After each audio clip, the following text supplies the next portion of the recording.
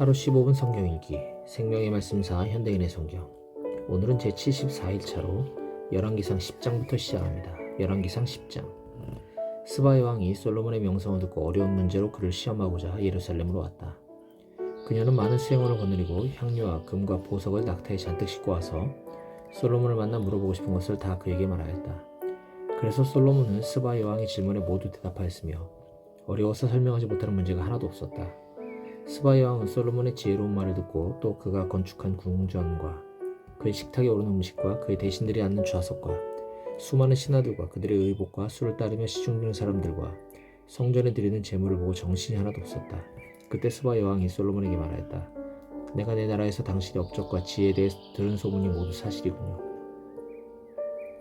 나는 그런 소문을 믿지 않았는데 이제 내가 직접 와서 보니 사실에 비해 내가 들은 것은 절반도 못 되며 당신의 지혜와 부는 소문보다 엄청납니다.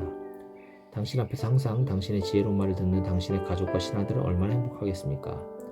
당신의 하나님 여호와를 찬양합니다. 여호와께서 이스라엘을 무척 사랑하셔서 당신을 택하여 왕으로 삼으시고 바르고 선한 정치를 하도록 하셨습니다.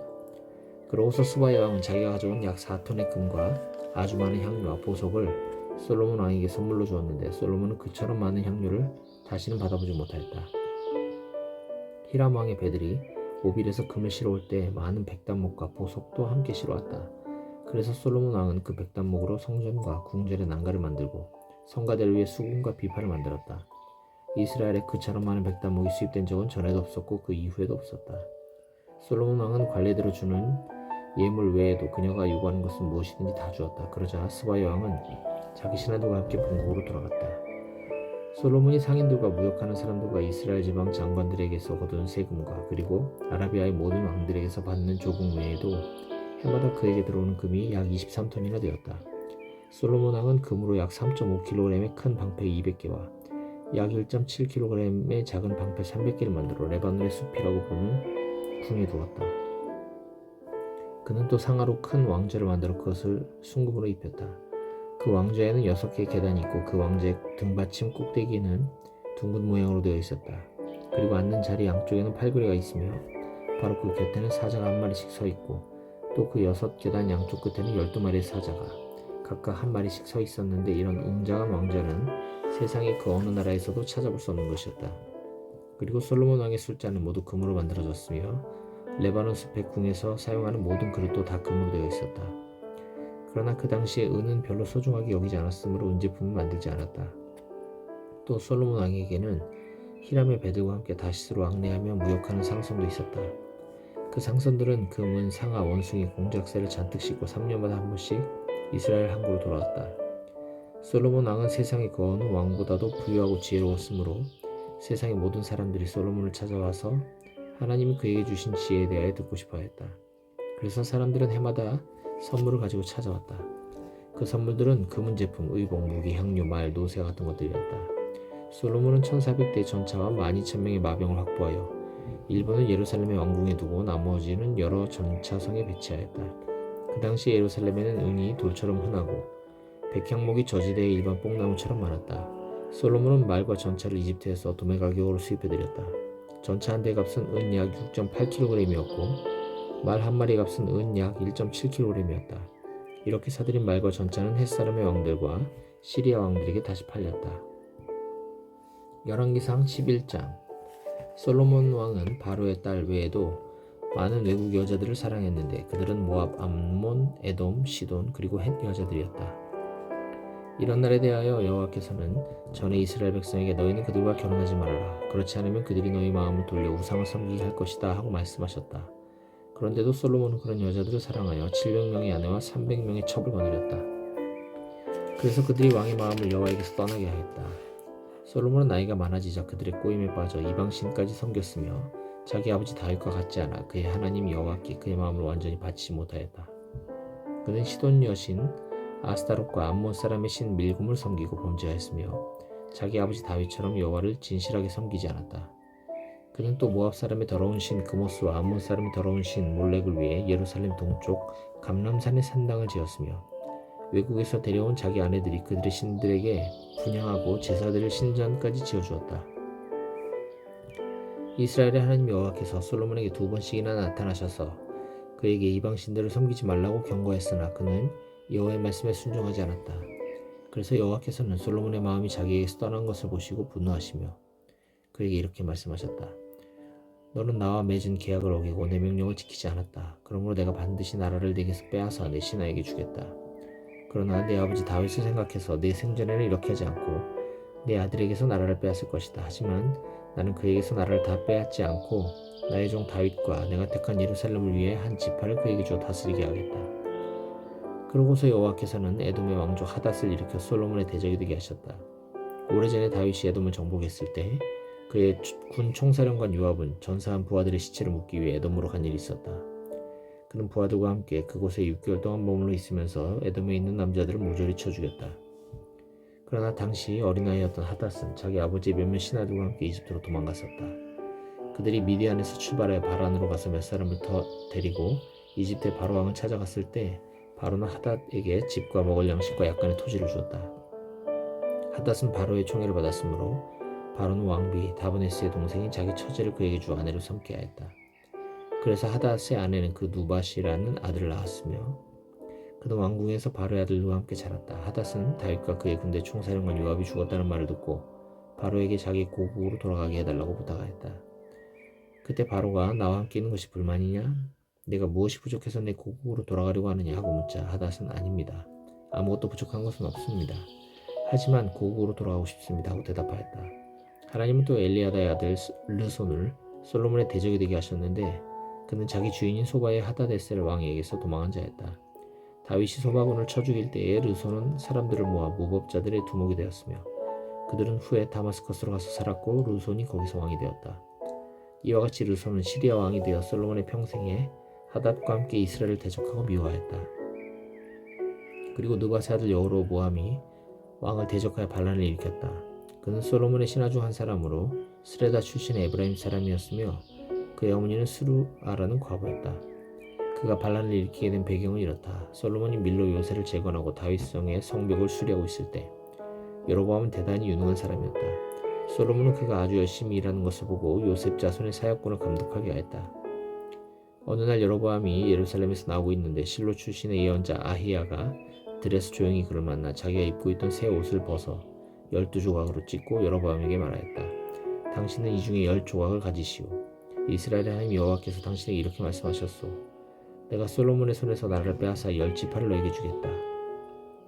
그러나 내 종 다윗과 내가 특별히 택한 예루살렘 성을 위해서 한 지파는 솔로몬에게 남겨줄 것이다. 내가 이렇게 하는 것은 솔로몬이 나를 버리고 시돈의 여신 아스타롯과 모압의 신 그모스와 암몬의 신 밀곰을 숭배하며 그의 아버지 다윗을 본받지 않고 나에게 불순종하며 내 앞에서 옳은 일을 행하지 않고 내 법과 명령을 지키지 않았기 때문이다. 그러나 내가 택한 내 종 다윗이 내 명령과 법을 지켰으므로 솔로몬의 생전에는 내가 나라를 빼앗지 않고 그가 다스리게 할 것이다. 하지만 그의 아들에게서 나라를 빼앗아 10지파를 너에게 주고 그 아들에게는 한 지파만 주어서 내가 경배를 받으려고 택한 예루살렘 성에서 내 종 다윗의 자손이 항상 다스리게 할 것이다. 이제 나는 너를 이스라엘 왕으로 삼아 내가 원하는 대로 다스리게 하겠다. 만일 네가 나에게 철저하게 순종하고 내 뜻대로 살며 내가 보기에 옳은 일을 행하고 내 종 다윗처럼 나의 모든 명령을 지키면 내가 언제나 너와 함께하여 내가 다윗에게 했던 것처럼 너를 축복하고 내 자손이 계속 이스라엘을 다스리게 하겠다. 내가 솔로몬의 죄 때문에 다윗의 자손들을 벌할 것이지만 영원히 그렇게 하진 않을 것이다.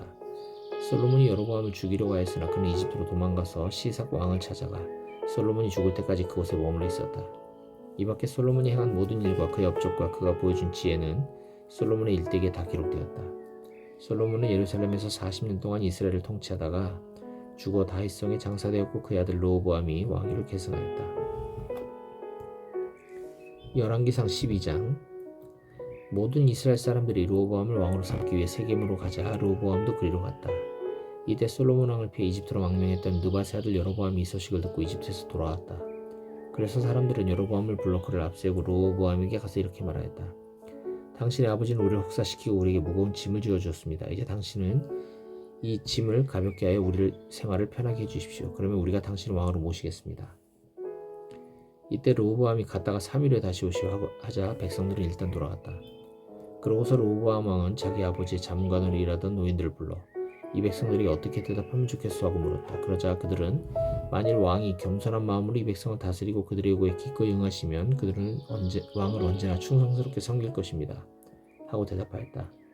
그러나 르호보암은 그 노인들의 조언을 무시하고 대신 자기와 함께 자란 그의 젊은 보좌관들에게 그대들은 어떻게 생각하시오? 자기들의 짐을 가볍게 해달라고 요구하는 이 백성들에게 내가 어떻게 대답하면 좋겠소? 하고 물었다. 그러자 그 젊은 보좌관들이 대답하였다. 왕은 그들에게 내 새끼손가락이 내 아버지 허리보다 더 굵은 줄 몰랐소? 내 아버지가 당신들에게 무거운 짐을 지었다고 생각한다면 나는 그 짐을 더 무겁게 할 것이오. 내 아버지는 채찍으로 당신들을 다스렸지만 나는 전갈로 당신들을 다스리겠소 하고 대답하십시오. 3일 후에 여로보암과 백성들이 르호보암을 찾아왔을 때 왕은 노인들의 조언을 무시하고 그들에게 포악한 말로 젊은 보좌관들이 일러준 그대로 대답하였다. 왕이 이처럼 백성들의 말을 듣지 않은 것은 여호와께서 실로 사람 아히야를 통해 느밧의 아들 여로보암에게 말씀하신 것을 이루시려고 이 일에 직접 개입하셨기 때문이었다. 이스라엘 사람들은 왕이 자기들의 말을 듣지 않는 것을 보고 이렇게 외쳤다. 다윗과 그 집안을 타도하자. 이세 아들들에게서 무엇을 얻겠느냐. 자, 이스라엘 사람들아 집으로 돌아가자. 르호보암아 이제 너는 네 집안이나 다스려라. 그러고서 그들은 집으로 돌아갔다. 그러나 유다 지역에 사는 사람들은 르호보암을 계속 왕으로 모셨다. 그 후에 르호보암 왕이 사역군의 총감독관이었던 아도니람을 이스라엘 사람들에게 보냈으나 그들은 그를 돌로 쳐 죽였다. 그래서 르호보암은 급히 자기 수레를 타고 예루살렘으로 도망쳐왔다. 그때부터 북쪽 이스라엘 사람들은 계속 다윗의 집안을 배척하였다. 모든 이스라엘 사람들은 여로보암이 이집트에서 돌아왔다는 말을 듣고 그를 대중의 모임에 초대하여 이스라엘의 왕으로 삼았다. 그러나 유다 지파만은 계속 다윗의 집안에 충성하였다. 르호보암은 예루살렘에 돌아와 유다와 베냐민 지파에서 18만 명의 정예병을 소집하고 전쟁을 일으켜 이스라엘 북쪽 지파들을 장악하려고 하였다. 그러나 하나님은 예언자 스마야를 통하여 르호보암과 그리고 유다와 베냐민 지파 모든 사람들에게 이렇게 말씀하셨다. 너희는 너희 형제 이스라엘 사람들과 싸우려 하지 말고 모두 집으로 돌아가거라. 일이 이렇게 된 것은 내 뜻이었다. 그래서 그들은 여호와의 말씀에 순종하여 모두 집으로 돌아갔다. 여로보암은 에브라임 산간지대에 세겜성을 건축하고 거기서 얼마 동안 살다가 그 후에 브누엘 성을 건축하고 이렇게 생각하였다. 이대로 두었다가는 나라가 다윗의 집안으로 돌아갈지 모른다. 만일 내 백성이 예루살렘 성전으로 가서 여호와께 제사를 드리게 되면 그들이 다시 유다의 르호보암을 왕으로 섬기고 나를 죽일 것이다.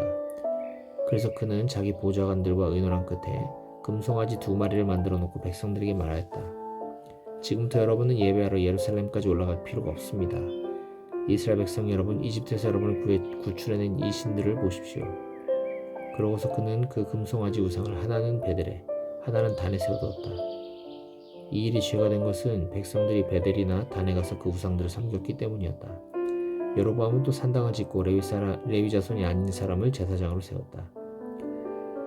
그는 8월 15일을 유다의 명절과 비슷한 명절로 제정하고 베델에서 금송아지에게 제사를 드리고 분향하며 산당에서 일할 제사장들을 거기서 정식으로 임명하였다.